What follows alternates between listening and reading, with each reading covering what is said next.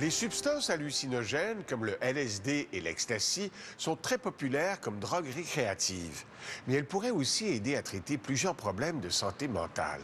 Bien que ces drogues soient toujours illégales, de plus en plus de chercheurs s'intéressent à leur potentiel thérapeutique.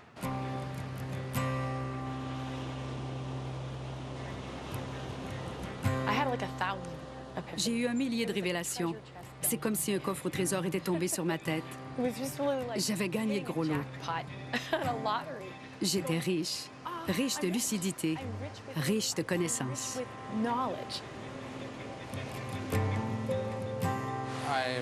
Je vois maintenant ma vie à travers une lentille de vérité et d'honnêteté totale. C'est sur cela que je base mon quotidien maintenant. Il n'y a que de la vérité ici.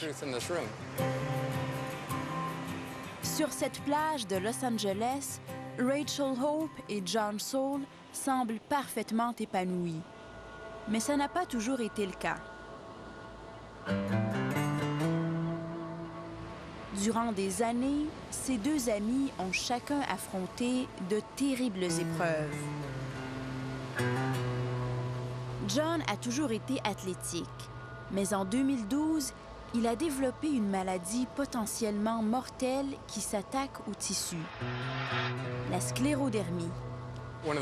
On devient très enflé et engourdi. Je n'avais plus de sensation dans mes bras. Les organes peuvent arrêter de fonctionner. Il n'y a pas de remède. C'est très grave.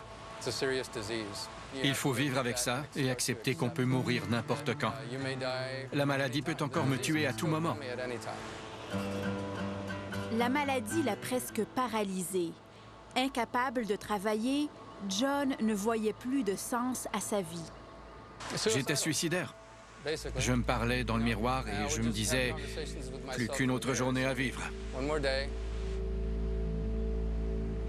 De son côté, Rachel Hope a vécu l'horreur dès son plus jeune âge. J'ai souffert de stress post-traumatique à la suite d'abus et de négligences extrêmes durant mon enfance. J'ai aussi été percutée par un camion à l'âge de 11 ans et ça m'a partiellement paralysée. On m'a violée, négligée, battue. De mon point de vue d'enfant, j'en étais la cause. Rachel et John avaient perdu espoir, jusqu'à ce qu'ils entendent parler d'études sur la psychothérapie assistée par hallucinogènes. Ces substances telles que la MDMA, l'ingrédient principal de l'ecstasy, le LSD et la psilocybine, ou champignon magique, sont bien connues comme drogues récréatives. Mais dès leur découverte dans les années 1940, des chercheurs ont réalisé qu'elles aidaient à faciliter la prise de conscience lors de psychothérapie.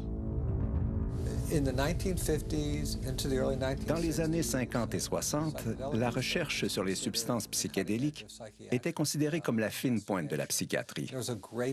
Il y avait beaucoup d'enthousiasme au sein de la profession. Mais au milieu des années 60, le secret est sorti du laboratoire. C'est devenu très populaire auprès des jeunes qui expérimentaient sans contrôle ni mesure de sécurité.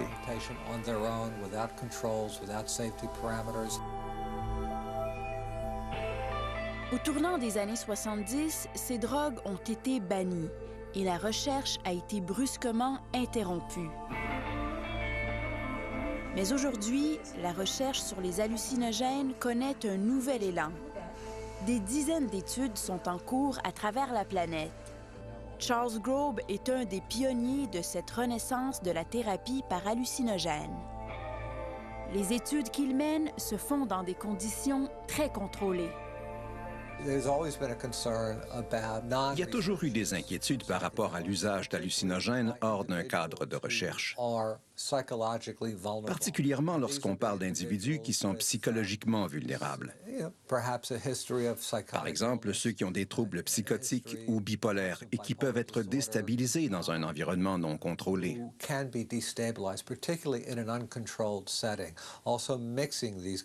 Aussi, le fait de mélanger ces substances à de l'alcool ou à d'autres drogues peut être très dangereux. Il y a aussi un problème de pureté de ces drogues lorsqu'elles proviennent du marché noir.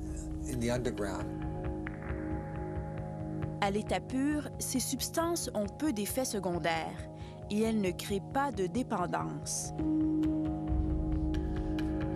Pour John, la prise d'hallucinogènes a eu pour effet d'exacerber ses sens.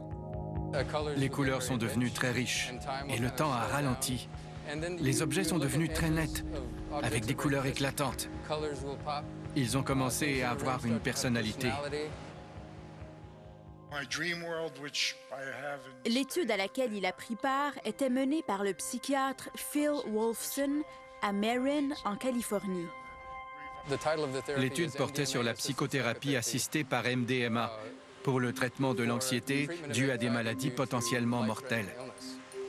En résumé, on apprenait à faire face à la mort avec grâce. Est-ce que j'ai peur de vivre le temps qu'il me reste de manière inutile, sans but ni plaisir? Bien sûr que j'ai peur, mais nous avons travaillé à régler cela.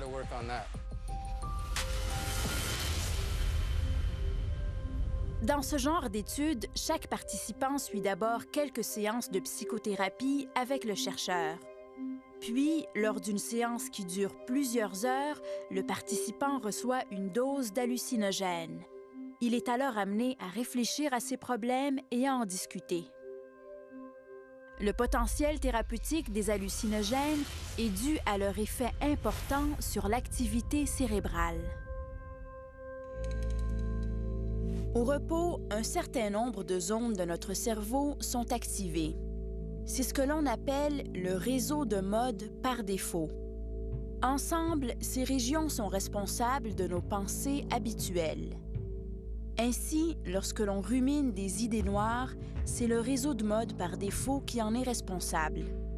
Il est particulièrement actif chez ceux qui souffrent d'anxiété et de dépression.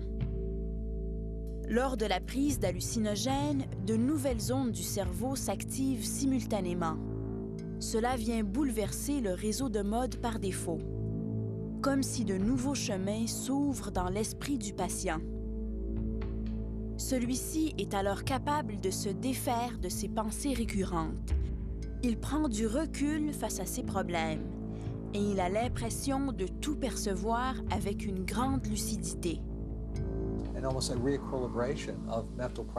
C'est comme un rééquilibrage des processus mentaux qui permet aux individus de se voir et de voir leurs problèmes avec une autre perspective.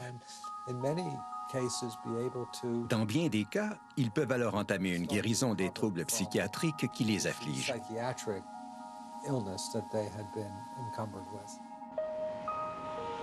Durant ce genre de thérapie, les patients rapportent souvent avoir des révélations. C'est un pas déterminant vers leur guérison. Mon estime de moi n'était basée que sur ce que j'accomplissais dans ma carrière. J'ai appris que ce n'était pas moi. Je vivais pour plaire à la société, à mes parents. Durant l'étude, j'ai eu la révélation que je devais commencer à bouger mon corps à nouveau et à redevenir l'athlète que j'avais toujours été. Dans ses recherches, Charles Grob a observé des effets semblables sur ses propres patients. Ils étaient capables de redonner un sens à leur vie et de retrouver l'identité qu'ils avaient auparavant. C'était très efficace. Leur anxiété s'est améliorée durant plusieurs mois, après un seul traitement. Une fois que l'effet de la drogue se dissipe, la prise de conscience reste imprégnée dans leur esprit. Après sa thérapie, John est devenu instructeur de yoga. Même s'il souffre toujours de sclérodermie, l'activité physique a permis d'alléger ses symptômes et il a pu reprendre une vie active. J'ai complètement réorienté ma vie grâce à l'étude sur la MDMA. Je ne dis pas que ça a été facile, c'est beaucoup de travail. Mais je vois les choses tellement plus clairement maintenant. Il se consacre désormais à aider des gens comme Rachel qui ont vécu des expériences semblables à la sienne.